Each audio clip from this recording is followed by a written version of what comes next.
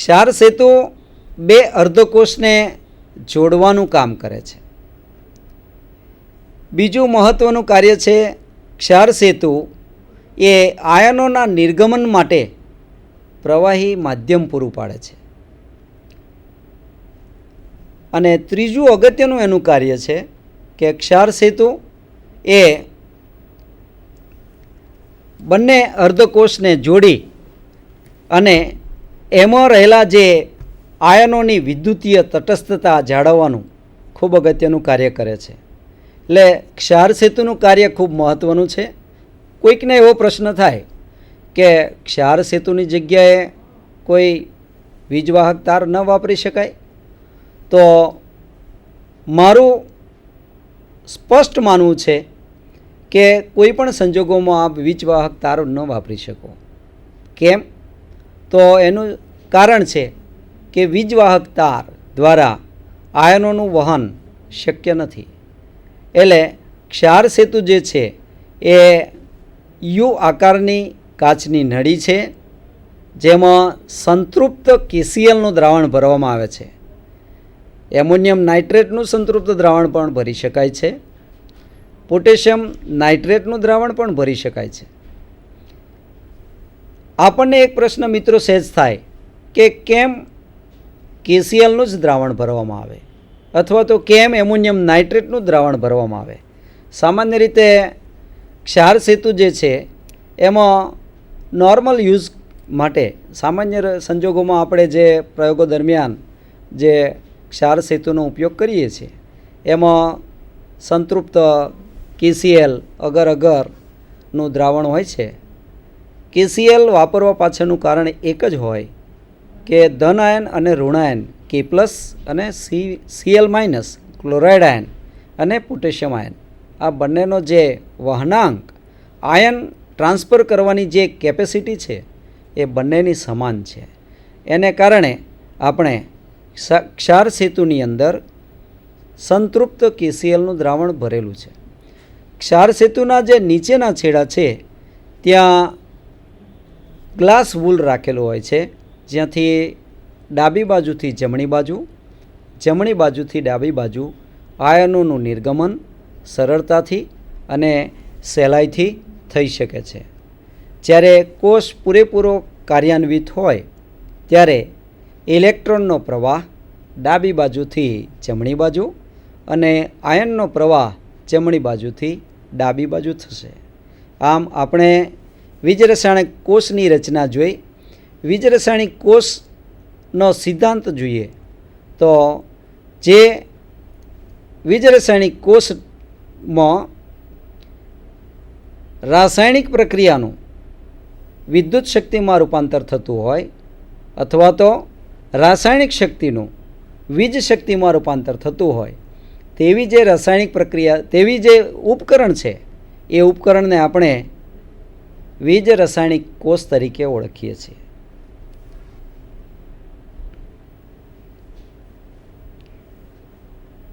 વીજ રાસાયણિક કોષની સમજ આકૃતિમાં બતાવી એ જ પ્રમાણે જે ઉપરોક્ત વીજ રાસાયણિક કોષ છે તેમાં ડાબી બાજુએ ઝીંકનો સળિયો જે એનોડ તરીકે છે તેને ZnSO4ના 1 મોલર દ્રાવણમાં રાખવામાં આવ્યો છે. જમણી બાજુએ કોપરનો સળિયો અથવા તો કોપરની પટ્ટી રાખેલ છે, જે કોપર સલ્ફેટના 1 મોલર દ્રાવણમાં રાખવામાં આવી છે. બંને અર્ધકોષને ક્ષાર સેતુ વડે જોડવામાં આવે છે. જ્યારે આગળ મેં આકૃતિ દ્વારા આપને સમજાવ્યું તેમ એનોડ અને કેથોડને વીજવાહક તાર દ્વારા જોડવામાં આવે ત્યારે બંને અર્ધકોષને જોડતા એનોડ ઉપર પ્રક્રિયા થાય, જે ઓક્સિડેશનની પ્રક્રિયા છે, જે આપ જોઈ શકો છો. Zn એ 2 ઇલેક્ટ્રોન મુક્ત કરી Zn2+ આયન આપે છે અને કેથોડ એ 2 ઇલેક્ટ્રોન સ્વીકારી કોપર સોલિડ તરીકે જમા થાય છે. કોષમાં થતી પ્રક્રિયા જે આપણે કુલ પ્રક્રિયાનું કામ, કુલ પ્રક્રિયા તરીકે ઓળખીએ રેડોક્સ પ્રક્રિયા. એનોડ અને કેથોડની પ્રક્રિયા જ્યારે સાથે આપણે લખીએ ત્યારે એ પ્રક્રિયા કોષમાં થતી કુલ પ્રક્રિયા તરીકે અથવા તો રેડોક્સ પ્રક્રિયા તરીકે ઓળખીએ. Zn plus Cu2 plus it gives Zn2 plus plus copper solid. કોષ જ્યારે કાર્ય કરે ત્યારે ડાબી બાજુએ એનોડ પર ઓક્સિડેશનની પ્રક્રિયાને લીધે ઇલેક્ટ્રોન મુક્ત થાય. ડાબી બાજુએ દ્રાવણમાં Zn2 પ્લસ આયન ઉમેરાય છે. એનોડ ઉપર થતી પ્રક્રિયાને કારણે એનોડનું વજન ઘટે છે. ડાબી બાજુએ દ્રાવણમાં ધન આયનોનું પ્રમાણ વધે છે. રસાયણ વિજ્ઞાનમાં એનોડને ઋણ સંજ્ઞા વડે દર્શાવીએ છીએ. મુક્ત થયેલા ઇલેક્ટ્રોન વીજવાહક તાર દ્વારા જમણી બાજુએ એટલે કે કેથોડ તરફ જાય છે. જમણી બાજુએ કેથોડ દ્વારા ઇલેક્ટ્રોન સ્વીકારાય છે, જેથી કેથોડ પર રિડક્શનની પ્રક્રિયા થાય છે. દ્રાવણમાં રહેલા ધન આયનો રિડક્શન પામી શુદ્ધ ધાતુ સ્વરૂપે કેથોડ ઉપર જમા થાય છે. કેથોડ પર ધાતુનું પાતળું આવરણ લાગે છે. કેથોડ પર રિડક્શન પ્રક્રિયાને લીધે તેનું વજન વધે છે અને દ્રાવણમાં ધન આયનનું પ્રમાણ ઘટે છે. વિદ્યુતીય તટસ્થતા જાળવવાનું કાર્ય ક્ષાર સેતુ દ્વારા થાય છે. આમ સમગ્ર પ્રક્રિયા દરમિયાન ઇલેક્ટ્રોનનું વહન એનોડથી કેથોડ તરફ અને આયનોનું વહન કેથોડથી એનોડ તરફ થાય છે. આ પ્રકારનું ઉપકરણ વીજ રાસાયણિક કોષ તરીકે ઓળખાય છે. ક્ષાર સેતુની સમજ આગળ આપી ફરી એકવાર આપણે ક્ષાર સેતુ વિશે થોડું સમજી લઈએ. ક્ષાર સેતુ એ યુ આકારની કાચની નળી છે જેમાં KCl કે એમોનિયમ નાઇટ્રેટનું સેચ્યુરેટેડ એટલે કે સંતૃપ્ત દ્રાવણ ભરેલું હોય છે. તેના બંને છેડા ઉપર ગ્લાસ વૂલ હોય છે. એનું મહત્ત્વનું કાર્ય બે અર્ધકોષને જોડવાનું, દ્રાવણોમાં આયનોના નિર્ગમન માટે પ્રવાહી માધ્યમ પૂરું પાડવાનું અને વિદ્યુતીય તટસ્થતા જાળવવાનું છે. આમ આપણે એક ગેલ્વેનિક કોષ અથવા તો વીજ રાસાયણિક કોષ જેના દ્વારા આપણે વીજ રાસાયણિક કોષના બધા જ જુદા જુદા જે ભાગ અર્ધકોષ, એનોડ, કેથોડ, કોષમાં થતી રાસાયણિક પ્રક્રિયાઓ, એનું સાંકેતિક નિરૂપણ, એ બધું સમજવા પ્રયત્ન કર્યો. હવે ઇલેક્ટ્રોડ અથવા તો ધ્રુવ જુદા જુદા પ્રકારના હોય છે, તેની થોડી સમજ કેળવીએ. સૌ પ્રથમ ધાતુના સક્રિય ધ્રુવ. જુદી જુદી ધાતુઓ જેવી કે નિકલ, ઝીંક, કોપર, આયર્ન, એલ્યુમિનિયમ વગેરે ધાતુના સક્રિય ધ્રુવ તરીકે વાપરી શકીએ છીએ. આ પ્રકારના ધ્રુવો ઓક્સિડેશન પામી શકે છે અથવા રિડક્શન પ્રક્રિયા અનુભવી શકે છે. ધ્રુવ ઉપર બંને પ્રકારની પ્રક્રિયાઓ શક્ય હોવાથી ધ્રુવ સક્રિય ધ્રુવ તરીકે ઓળખાય છે, પ્રતિવર્તી ધ્રુવ તરીકે ઓળખાય છે. ખાસ કરીને જ્યારે આ પ્રકારના ધ્રુવ કાર્ય કરતા હોય ત્યારે એનોડિક પ્રક્રિયામાં ઇલેક્ટ્રોન મુક્ત કરે, કેથોડિક પ્રક્રિયામાં ઇલેક્ટ્રોન સ્વીકારી અને ધાતુ સ્વરૂપે ધ્રુવની ઉપર એક પાતળું આવરણ લાગે. નિકલને જો ધાતુના સક્રિય ધ્રુવ તરીકે વાપરીએ તો એ એનોડ તરીકે જો વર્તતો હશે તો નિકલ નિકલ 2+ આયન આપશે, 2 ઇલેક્ટ્રોન મુક્ત કરશે અને એ જ ઇલેક્ટ્રોડ કેથોડ તરીકે વાપરવામાં આવે તો એનાથી વિરુદ્ધ પ્રક્રિયા કે નિકલ 2+ આયન 2 ઇલેક્ટ્રોન સ્વીકારી નિકલ ઇલેક્ટ્રોડ ઉપર ધાતુ સ્વરૂપે જમા થશે. કોપર ઇલેક્ટ્રોડ ઉપર પણ બંને પ્રક્રિયા સંભવિત છે. કોપર 2 ઇલેક્ટ્રોન મુક્ત કરીને કોપર આયન એટલે કે ક્યુપ્રિક આયન તરીકે દ્રાવણમાં જમા થશે અને એ જ ઇલેક્ટ્રોડને જો કેથોડ તરીકે અથવા તો એ ધ્રુવને કેથોડ તરીકે જો વાપરવામાં આવશે તો ક્યુપ્રિક આયન 2 ઇલેક્ટ્રોન સ્વીકારીને કોપર સોલિડ તરીકે જમા થશે.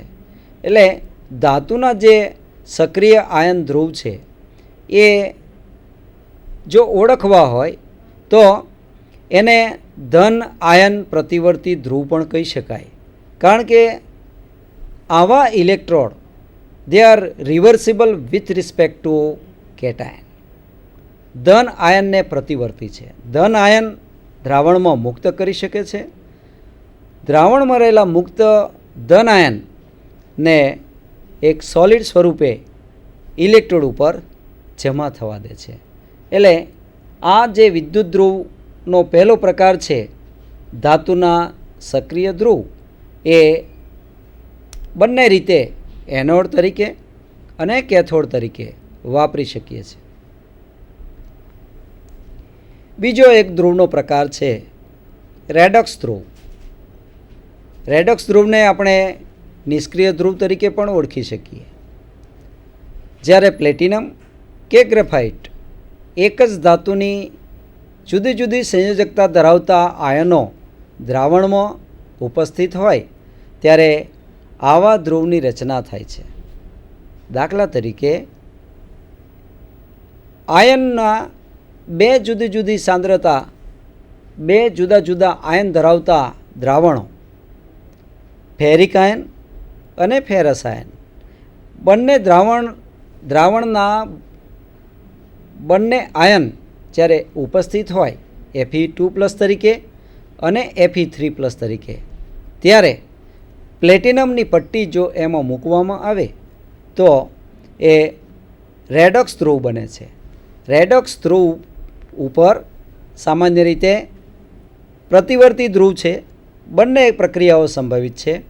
આપ જોઈ શકો છો કે Pt in contact with Fe2+ and Fe3+. એટલે દ્રાવણમાં બંને આયનની ઉપસ્થિતિ છે. ફેરસ આયન પણ છે અને ફેરિક આયન પણ છે. આવા ધ્રુવ ઉપર બંને પ્રક્રિયા સંભવિત છે.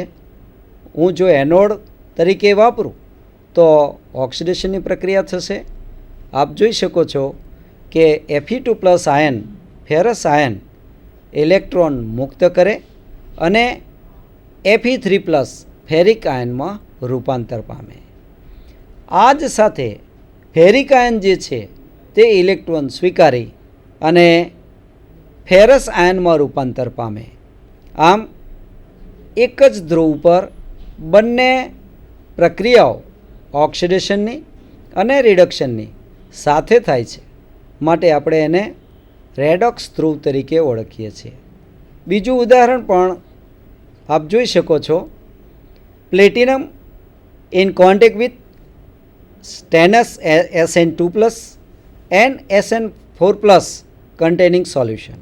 એટલે દ્રાવણમાં સ્ટેનસ આયન અને સ્ટેનિક આયન બંને આયનોની ઉપસ્થિતિ છે.